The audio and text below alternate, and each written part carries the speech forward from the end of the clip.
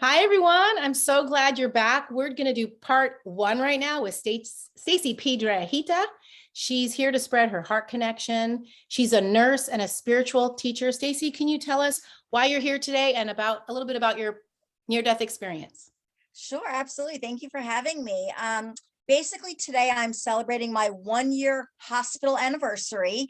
This has been the most transformative, eye-opening year of my life.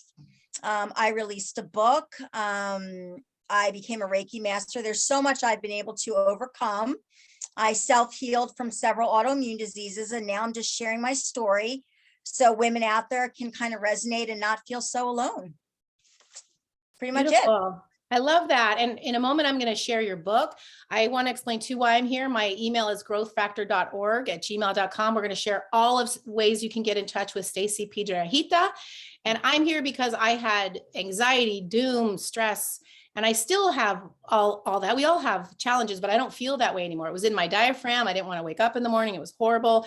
I have a lot of tips. I'm a hypnotherapist, but I do these interviews with friends like Stacey because I want to help you. And Stacey wants to help you too, to get rid of those feelings, because we shouldn't live life like that. Life should be more like living like Stacey. Look at her. She's happy. She's overcome so much. So Stacey, can you tell us about your near-death experience and things that you've overcome? Absolutely.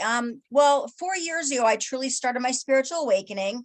And I've been working on myself. It took a lot of self-love. It took a lot of therapy. I decided to go see a trauma therapist, and spend the money on EMDR therapy and really, really work on me.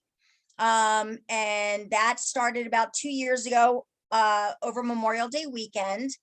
And I'm at the point now where I'm processing 45 years of unresolved trauma. So like you, I'm actively healing.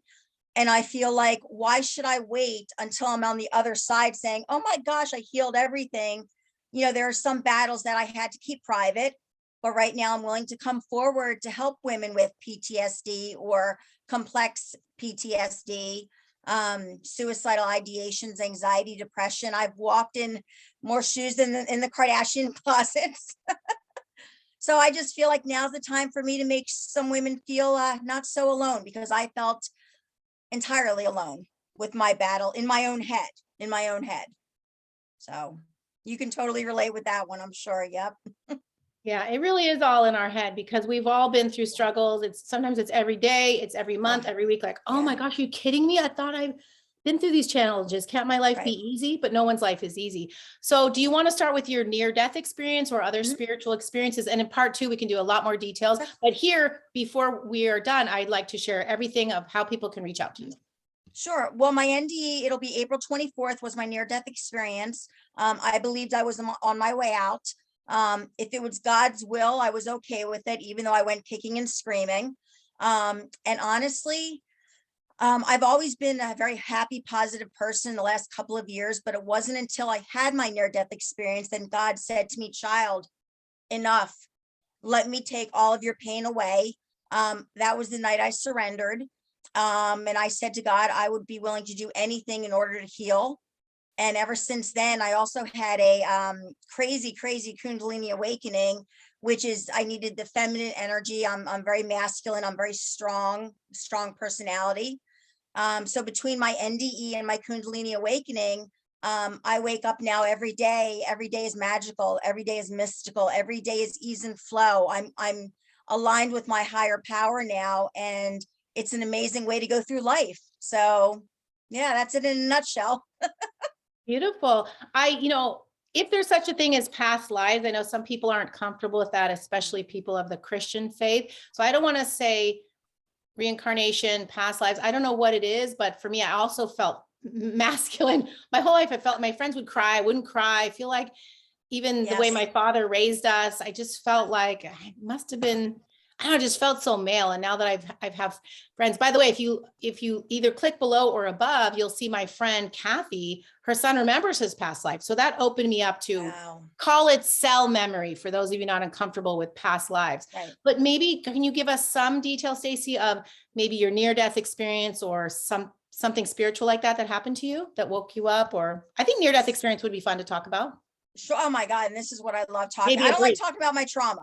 Yeah, be as brief as possible. Oh, okay. So, gosh, that one's, it was almost like instant. It was an instant remission for me. The night I met God. I also met a couple other people that made me realize that everything I thought I knew about life was absolutely 100% wrong. I've been on my own since I was 9 years old. I never needed anyone. But obviously for 45 years, I was carried by someone. And when I met God, the night of my near-death experience, all of my shame, anger, I don't want to say jealous because I'm not a jealous person. I'm that girlfriend that you want, the biggest cheerleader, the one that's always has your back. But everything changed that night, and I was able to look back at my life and say, wow, the cause and effect. Now I know why this happened to me, and now I'm able to look back at any memory that I'm able to remember. I had dissociative amnesia, so there's a lot of my life I do not remember, so I'm still actively healing. But my near-death experience literally was just like yesterday. I was misdiagnosed with rheumatoid arthritis and other autoimmune diseases. And I was put on an immunosuppressant, which shut down my immune system. And that's what led to my NDE.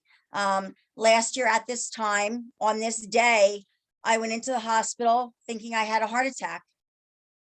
And my life has changed drastically since then. Even like last week, I just evolve every day moving forward. I get more spiritual. I connect more with an inner power. I was looking for God outside. And it wasn't until I really went inward and got lost in nature and saw life through the eyes of love, my own eyes, when all the shame was gone. That's when life instantly changed for me. And I've been living that way now for yeah, it'll be a year in April. So Beautiful. So the death, I mean, people call it near-death experience. I call it death experience. You're saying that was almost a year ago, April. So it's April 2021. yeah. And what was My the first date? April 24th. April 24th. Any significance in the numbers 4 and 24 and 2021? Yeah. I on 2/21/21, I actually went to Reiki for the first time, and I opened up my mind to energy healing. And I'm not a crier. That's why they call me the ice queen.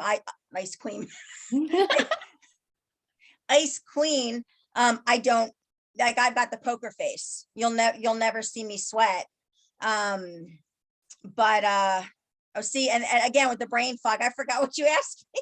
Oh, that's okay. I do that too. I think most of us these days over the Terrible. last 2 years, there's a lot of brain fog going on for many reasons. So my other Oh, question, numbers. numbers, Yes. yeah, did that number mean anything? It didn't until 2/22/21, and I had 22,220 emails. And I said, God is either taking me out or preparing me for a miracle. And thank God he prepared me for a miracle, because the signs and synchronicities ever since last year, after my near-death experience and after my Reiki attunement ceremonies, oh, it's next level, girl. Like, I'm documenting pictures all the time. People think I'm wacky, and I'm like, nope. It's a magical way to go through life. The law of attraction universe. I'm now aligned with my source, and I'm all about law of attraction. And it's a beautiful journey. But yeah, numerology is what changed a lot. I took a numerology class, and yeah, there's no way I can't not believe. I can't. Okay, beautiful. So since this is part 1, we're going to keep it brief, and we'll go into part 2. For those of you who want to find it, it'll be pretty easy to find. Just type in her name or part 2, or on the channel, click on growth factor, the lavender circle, and you'll find it. And of course, hit subscribe and the bell so you can hear more stories. But Stacey, so I want to know, how do you help people and how can they reach out to you? Do you have a book? Do you have a website? Do you have an email? What are you willing to give out to people? So yes, absolutely. The Manifesting Virgin on Instagram is how people can reach out to me. I'm also Stacey Piedrahita on Facebook. Right now, I just started a podcast with one of my closest friends, Brian, who's a snowman. And what we're doing is we are melting the stigma on mental health. And that is speaking our truth with Snowman and the Ice Queen. We just dropped our second episode yesterday, actually. So that's how people can reach out. We're just doing what we can right now, giving back through our hearts. And just both of us are just sharing our stories right now. He has stage 3 pancreatic cancer. He is a warrior. He's a fighter. I self-healed myself. So between the two of us, we've got amazing survival stories. So that's all we're doing right now. Beautiful. Can you tell us about your book? Good Lord. Yes. 6 days after I resigned from the best nursing job I've ever had. And of course, I thought life was over. I wasn't understanding where I was going with this. I get a call from a publisher in Australia who saw my story on Instagram. And she said, I would like you to be a part of a multi-author book. And I'm like, I'm not an author. I'm not a writer. Unbeknownst to me, that was God saying, oh, honey, let's hit you by a 2x4. And yes, you are a writer. And so this was released on October 26th, and on October 27th, it became an international bestseller in 8 countries in 22 categories. It's an amazing self-help personal development group. All of us, there's 24 women all around the world, and we all found the light in the darkest of places, and every story is so uniquely different. It's just amazing. The book is life-changing. I have it right here. It's my baby.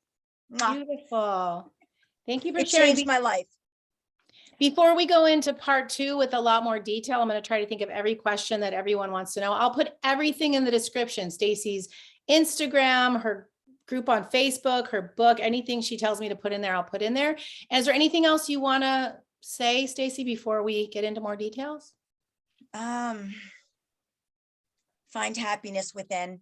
Don't depend on anyone else. Become your own hero, become your own healer, and life will be magical. And connect with the God of your own understanding. There you go. Beautiful. Thank you. And thanks everyone for being here. I hope you come back for part 2 of more of Stacey. Thank you. Thank you for your time, Stacey.